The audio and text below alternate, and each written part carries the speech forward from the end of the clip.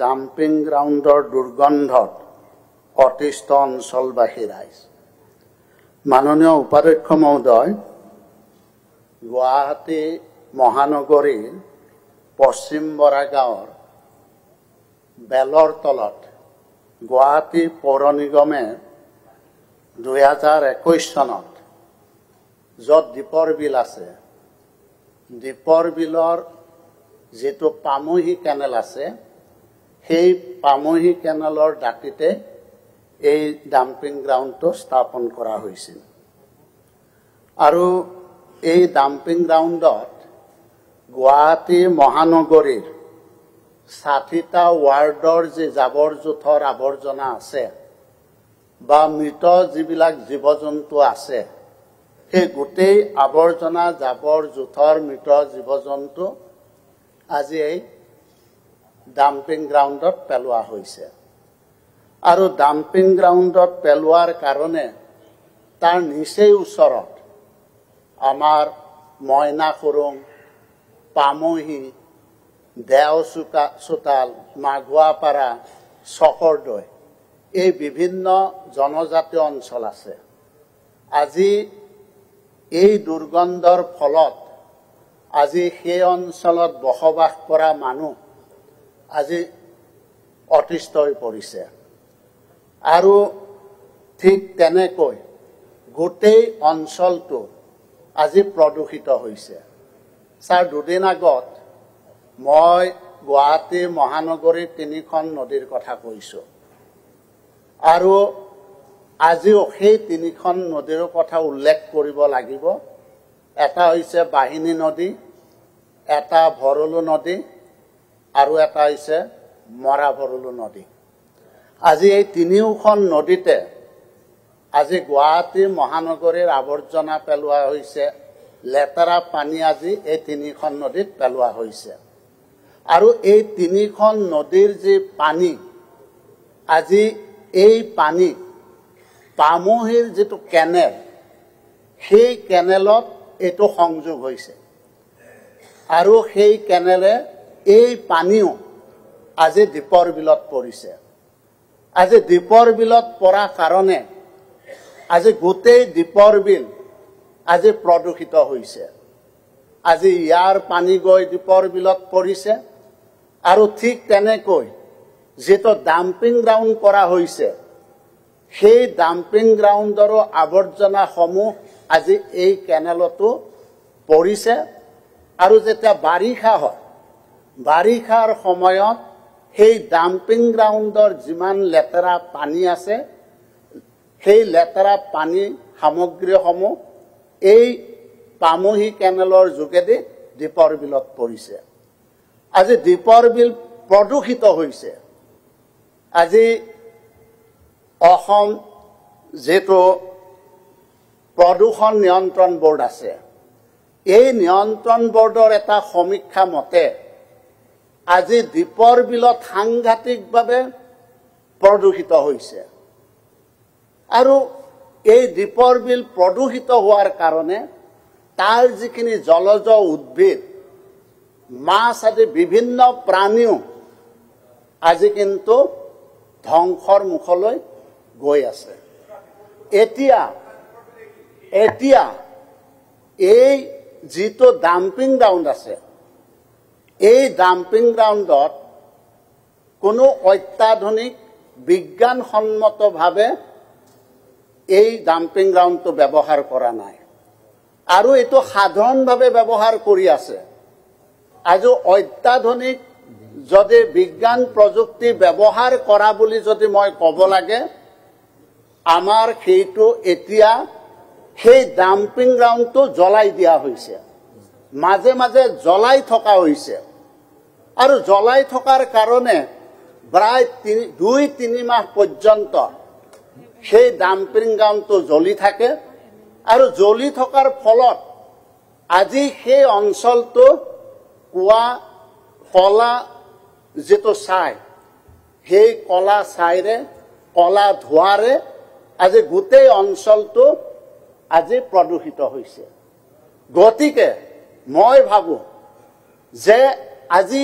যেটো dumping ground কৰা হৈছে এই ডাম্পিং গ্ৰাউণ্ডত দৈনিক গুৱাহাটী মহানগৰীৰ প্ৰায় 8ৰ পৰা 100 টন পৰ্যন্ত আৱৰ্জনা দৈনিক পেলোৱা হৈছে আই যদি আপুনি চাব যায় সেইখন এখন পাহাৰৰ সৃষ্টি কৰা হৈছে গতিকে মই ভাবো যে অত্যাধুনিক বিজ্ঞান প্ৰযুক্তিৰে যদি এই ডাম্পিং গ্ৰাউণ্ডটো ব্যৱহাৰ কৰিলে হেতেন তেতিয়া মোৰ কবলগীয়া একো নাথাকিলহেতেন কিন্তু আজি বহুবাৰ অসম বিধানসভাত এই কথাখিনি উত্থাপন কৰাৰ পিছতো আৰু বিধানসভাত অত্যাধুনিক বিজ্ঞান প্ৰযুক্তি ব্যৱহাৰ কৰা হ'ব বুলি কোৱাৰ পিছতো আজিলৈকে কোনো ধৰণৰ ব্যৱস্থা গ্ৰহণ কৰা নাই মই মাননীয় মন্ত্ৰীক দোষ দিব বিচৰা নাই কাৰণ মাননীয় মন্ত্ৰী গৃহ আৰু নগৰ পৰিক্ৰমা মন্ত্ৰী নতুনকৈ দায়িত্ব লৈছে কিন্তু আজি এই কথাখিনি এইকাৰণেই ক'ব লগা হৈছে যে আজি যিটো পৰিৱেশ সৃষ্টি হৈছে আজি গোটেই অঞ্চলটো যি ধৰণে প্ৰদূষিত হৈছে আজি তাতে মানুহ বসবাস কৰাৰ পৰিৱেশ তাত নাই এই জনজাতীয় মানুহে তাত বসবাস কৰি আছে আজি প্ৰতিবাদ কৰিছে গতিকে মই ভাবো যে এটা সুন্দৰ পৰিৱেশ সৃষ্টিৰ বাবে এটো বিজ্ঞানসন্মতভাৱে ব্যৱহাৰ কৰক আৰু দীপৰ বিলত মাননীয় মুখ্যমন্ত্ৰীয়ে যোৱাবাৰ 100 কোটি টকা যোৱা বাজেটত ধাৰ্য কৰিছিল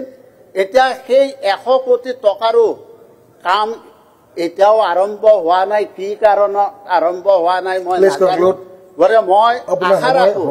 যে দীপৰ বিলটো প্ৰদূষণৰ পৰা মুক্ত কৰি তাত যিটো এটা পৰিকল্পনা হাতত লৈছে সেই পৰিকল্পনা অচিৰে আৰম্ভ কৰি দীপৰ বিলটো যাতে পুনৰ উজ্জীৱিত কৰি পৰ্যটনৰ আকৰ্ষণৰ কাৰণে যি পৰিকল্পনা হাতত লৈছে সেই পৰিকল্পনা অতি সোনকালে বাস্তৱত ৰূপায়ণ কৰি আৰু ডাম্পিং গ্ৰাউণ্ডটো তাৰ পৰা স্থানান্তৰ কৰাৰ ব্যৱস্থা গ্ৰহণৰ বাবে মই আপোনাৰ জৰিয়তে মাননীয় মন্ত্ৰীক অনুৰোধ জনাইছো মাননীয় উপাধ্যক্ষ মহোদয় সন্মানীয় বিধায়ক ৰমেন কলিতা ডাঙৰীয়াই এটা গুৰুত্বপূৰ্ণ প্ৰসংগ উত্থাপন কৰিছে যে ডাম্পিং গ্ৰাউণ্ডৰ দুৰ্গন্ধত অতিষ্ঠ অঞ্চলবাসী আমাৰ সন্মানীয় সদস্যগৰাকীয়ে জানে যে বহু বছৰৰ পৰা প্ৰথম অৱস্থাত আমাৰ গুৱাহাটীৰ দীপৰ বিলৰ ওচৰতে বৰাগাঁও আছিল বৰাগাঁৱত এই ধৰণৰ গুৱাহাটীৰ জাবৰ জোথৰখিনি তাত পেলোৱা হৈছিল আৰু 2021 চনত নেশ্যনেল গ্ৰীণ ট্ৰিবিউনেলে যেতিয়া ডাইৰেকশ্যন দিছিলে যে তাত পেলাব নোৱাৰিব 2021 চনত এইটো তাৰ পৰা আমি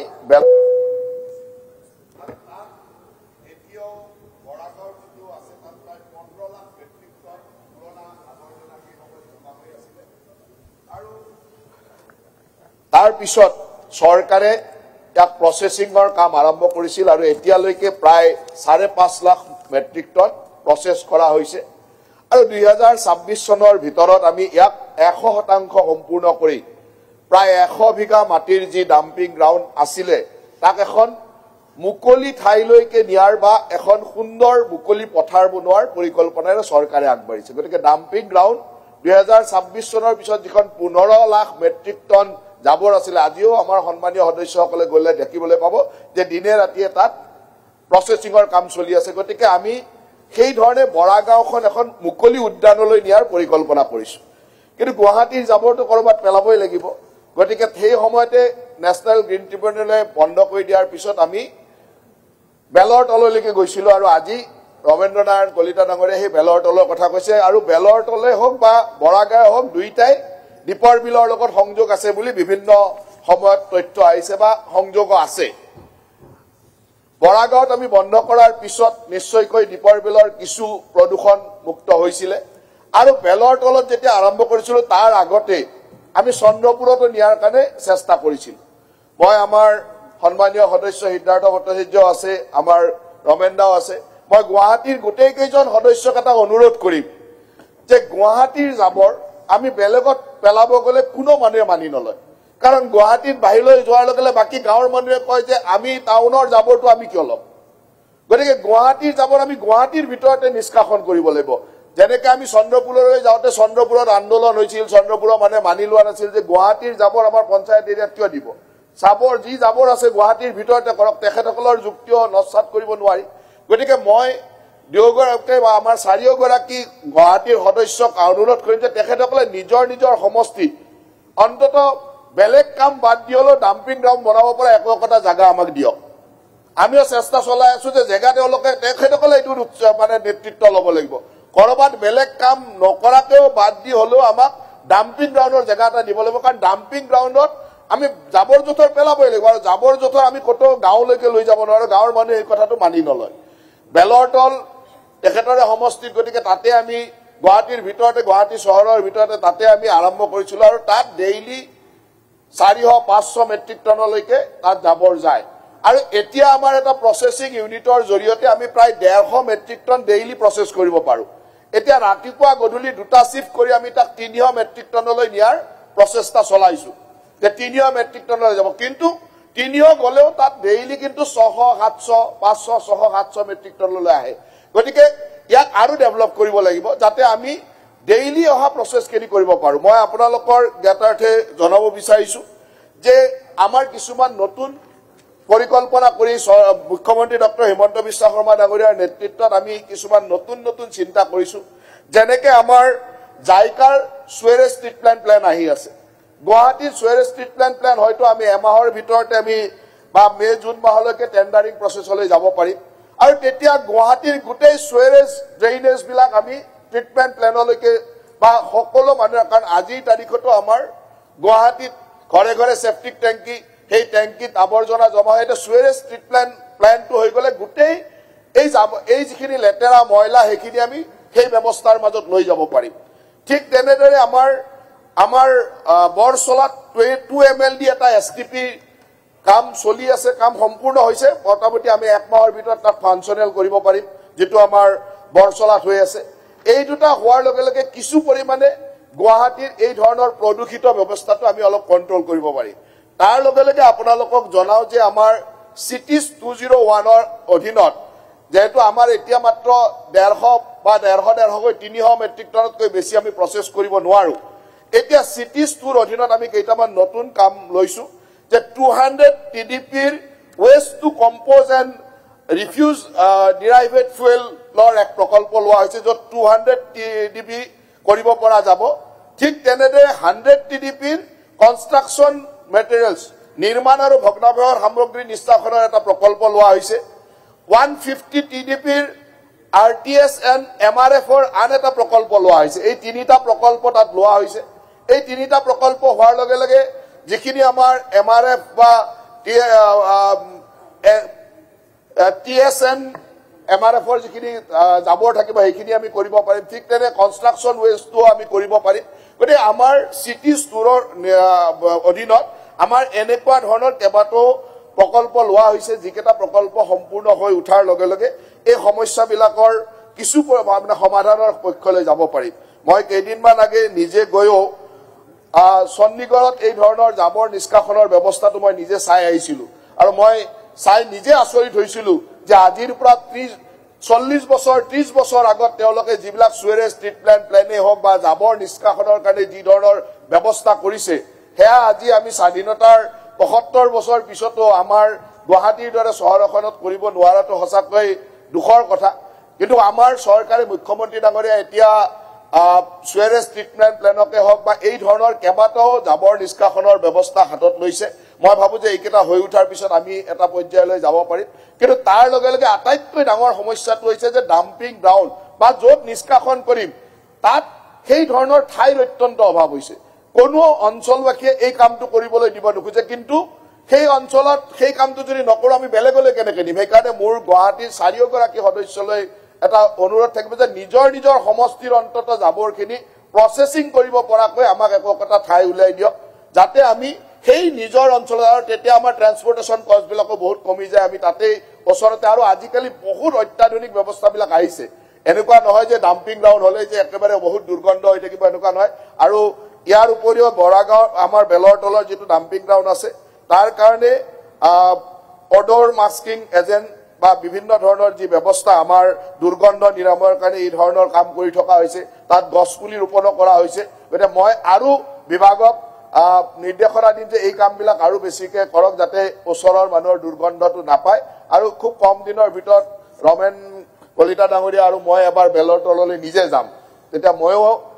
আজিলৈকে আচলতে আগেৰে অহা যোৱা কৰিছো কিন্তু ডাম্পিং গ্ৰাউণ্ডখনত সোমোৱা নাই মই খুব কম দিনৰ ভিতৰত বেলৰতলৰ ডাম্পিং গ্ৰাউণ্ডলৈকে যাম গৈ এবাৰ চাই আহিম আৰু কি কৰিব পাৰি নিশ্চয়কৈ এইটো এটা ডাঙৰ সমস্যা আৰু আমি এই সমস্যা সমাধানৰ কাৰণে সকলোৰে সহায় সহযোগিতাৰে সমস্যাটো সমাধান কৰিব লাগিব ধন্যবাদ আমাৰ স্যাৰ এটা মই পইণ্ট অফ ক্লিয়াৰিফিকেশ্যন যেটো কৈছে যে গাৰ্বেজ প্ৰসেস তাত চলি আছে সেইটো প্ৰথমতে চলিছিল তাত এটা ট্ৰমেল মেচিন আছিলে 150 টনকে তাত প্ৰসেস হৈছিল কিন্তু বহু দিনৰ পৰা এইটো বেয়া হৈ আছে বন্ধ হৈ আছে গতিকে যেটো তথ্য দিছে সেই তথ্যটো সম্পূৰ্ণ ভুল কালিও মই সুধিছো পৰহি অকনমান ষ্টাৰ্ট কৰিছে আজি কুৱেশ্যনটো আনা দেখি পৰহি অলপমান ষ্টাৰ্ট কৰিছে কিন্তু সেইটো নহয় বিভাগে সেইটো সম্পূৰ্ণ ভুল তথ্য দিছে গতিকে তাৰ ৰাইজে কেতিয়াও মিছা কথা নকয় আৰু জ্বলোৱাটো বন্ধ কৰিব লাগে যেটো জ্বলাই 2-3 মাহ পৰ্যন্ত তাতে মানে যেটো ধোঁৱা ওলাই সেইটো মানুহক একদম ৰোগাক্ৰান্ত কৰি পেলাইছে বহু মানুহ ৰোগত আক্ৰান্ত হৈছে গতিকে এইখিনি যদি অলপ মানে ব্যৱস্থা লৈ ভাল হয় আৰু সেইটো যিকোনো প্ৰকাৰ ডিসেন্ট্ৰালাইজ কৰক গোটেই গুৱাহাটীৰ জাবৰখিনি তাতে পেলাব সেইটো কেতিয়াও সম্ভৱ নহয় দীপৰ বিল ধ্বংস হৈ গৈ আছে গতিকে ডিসেন্ট্ৰালাইজ কৰিলেও আপত্তি নাই বা কৰবাত স্থানান্তৰ কৰক বা বৈজ্ঞানিক পদ্ধতিৰে এইটো প্ৰসেস কৰক কিবা এটা কৰিব লাগিব মাননীয় উপাধ্যক্ষ মহোদয় মোক বিভাগৰ পৰা যেটো জনাইছে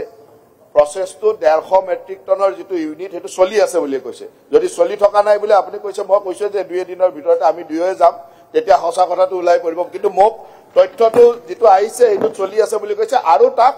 এনাদাৰ 150 কাৰণ এক বেলা 150 হৈ আমি দুয়ো বেলা চলাই 300 মেট্ৰিক টনলৈকে নিয়াৰ এটা পৰিকল্পনা কৰিছো গতিকে আৰু তাৰ উপৰিও তাক আৰু প্ৰসেস কৰিবৰ কাৰণে টেন্ডাৰিং প্ৰসেস ইত্যাদি হৈছে কাৰণ আগৰ যেটো কন্ট্ৰাক্টৰ কৰি আছিল তেওঁৰ সময়সীমা উকলি গৈছিল আৰু টেন্ডাৰিং প্ৰসেস ইত্যাদি হৈছে মই নিশ্চয়কৈ আমাৰ সদস্যগৰাকী যিখিনি কথা কৈছে মই গুৰুত্ব সহকাৰে লৈ তাত আমি এদিন খুব কম দিনৰ ভিতৰত এদিন গৈ গোটেই ব্যৱস্থাটো চাই আহিম আৰু তাত কি ধৰণে আৰু সংযোজন কৰিব পাৰি সিটিজৰ আন্ডাৰত আমি কৰিছোৱে আৰু কি কি সংযোজনেৰে ডেইলি অহা ওয়েষ্টখিনি যাতে ডেইলি কৰিব পাৰি সেই পৰ্যায়লৈ আমি নিব লাগিব তেতিয়াহে আমাৰ তাত মানে কাৰণ অলৰেডি বহুত ষ্টক হৈ গ'ল প্ৰায় 2 লাখ মেট্ৰিক টন ষ্টক হৈ গ'ল এইখিনি যদি ডেইলি আহাখিনি কৰি থাকো তেতিয়াও নহব আগৰখিনিও ক্লিয়াৰ কৰিব লাগিব গতিকে আমি তাৰ কেপাসিটিটো বঢ়াব লাগিব ধন্যবাদ